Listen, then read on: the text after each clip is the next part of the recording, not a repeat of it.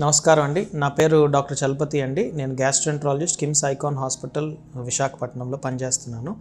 ఇవాళ నేను మీ ముందుకి ఒక ఇంపార్టెంట్ టాపిక్ మాట్లాడడానికి వచ్చానండి. అది వచ్చేసి కాలేయము, లివర్ సంబంధించిన ప్రాబ్లమ్స్. సో కామన్గా లివర్ ప్రాబ్లమ్స్ ఎందుకు వస్తాయి? కామన్గా లివర్ ప్రాబ్లమ్స్ ఏంటంటే 3 కారణాల వలన వస్తాయి. ఒకటి, ఆల్కహాల్ తీసుకోవడం వల్ల, అధికంగా మద్యం సేవించడం వలన ఏంటంటే ఒక 5 సంవత్సరాలు 10 సంవత్సరాలు తాగే వాళ్ళకి ఏంటంటే రోజు తాగుతారు, ఉదయం రాత్రి కూడా తాగుతారు కొంతమంది. సో ఇలాంటి వాళ్ళకి ఏంటంటే లివరు చెడిపోతుంది. రెండో కారణం ఏంటంటే ఇన్ఫెక్షన్ వలన. అయితే యూజువల్లీ వైరస్ ఇన్ఫెక్షన్ అంటాము. హెపటైటిస్ బి, హెపటైటిస్ సి అనే వైరస్ ఇన్ఫెక్షన్ వలన అది వెంటనే వేరే రకం వైరస్లాగా తగ్గిపోకుండా క్రానిక్ ప్రాబ్లం అయిపోయి కొంతమందికి లివర్ ఇన్ఫెక్ట్ అయ్యి లివర్ కనుక చెడిపోయే అవకాశం ఉంటుంది. మూడో కారణం ఏంటంటే ఫ్యాటీ లివర్.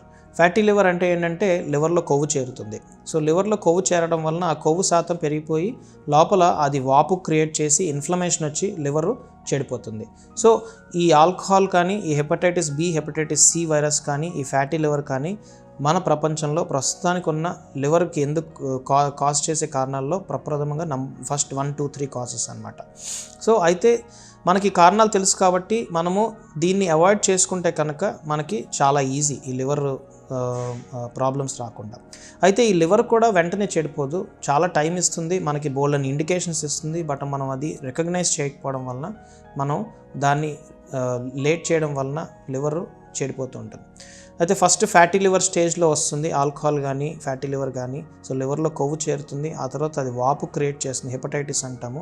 సో ఇలాంటి వాళ్ళకి ఏంటంటే కొంతమంది జాండీస్ వస్తుంది, కొంతమందికి liver enzymes, liver LFT test అంటాము, బ్లడ్ టెస్ట్, అది ఏమో అబ్నార్మల్ అవుతుంది. కొంతమందికి లివర్ అల్ట్రాసౌండ్లో లివర్ సైజ్ పెరుగుతుంది. ఇలాగ స్టార్ట్ అవుతుంది అనమాట. కొంతమందికి రైట్ సైడ్ కడుపులో నొప్పి వస్తుంది, ఆకలి తగ్గిపోతుంది. సో ఇట్లాంటి స్టేజ్లో మనం కనుక ఈ హెపటైటిస్ని కనుక మనం గుర్తించగలిగితే కనుక మనం దాన్ని సంబంధించిన ట్రీట్మెంట్ ఇవ్వచ్చు అండ్ దెన్ దాన్ని రివర్స్ చేసి లివర్ని నార్మల్ స్థితిలో కూడా పెట్టగలం. బట్ అంతకంటే ఎక్కువ దాన్ని ప్రోగ్రెస్ చేయనిచ్చామనుకోండి, అంటే ఫర్ ఎగ్జాంపుల్ దాన్ని రికగ్నైజ్ చేయకపోయినా, లేదంటే ఆ కారణము మనకు తెలియకుండా అలాగా వదిలిపెట్టేసిన, సో ఈ హెపటైటిస్ స్టేజ్ నుంచి లివర్ ఇంకా డ్యామేజ్ అయ్యి సిరోసిస్ స్టేజ్కి వెళ్తుంది. సో ఆ సిరోసిస్ స్టేజ్కి వెళ్తే కనుక పేషెంట్కి రివర్స్ అవ్వదు. సో అలాంటప్పుడు పర్మనెంట్ డ్యామేజెస్ ఉంటాయి అండ్ ప్రోగ్రెస్ అవుతూ ఉంటుంది. కడుపులో వాటర్ పడడం కానీ, కొంతమందికి ఏంటంటే మగతలోకి వెళ్తారు, జాండీస్ తీవ్రం అయిపోతుంది, కొంతమందికి యూరిన్ ప్రాబ్లమ్స్ వస్తాయి, కొంతమందికి ఏంటంటే ఇన్ఫెక్షన్ వస్తుంది, సో కొంతమంది బ్లీడింగ్ అవుతుంది, కొంతమందికి ఏమోని రక్తం పలచబడిపోతుంది. సో ఇలా చాలా కాంప్లికేషన్స్ ఉంటాయి. సో అలాంటప్పుడు ఏంటంటే లేనిపోని తలనొప్పులు వస్తాయి. అండ్ అప్పుడు ట్రీట్మెంట్ చేసినా కూడా అంత టెంపరీనే కానీ పెద్దగా మనకి ఉపయోగం అనేది ఉండదు. Thank you.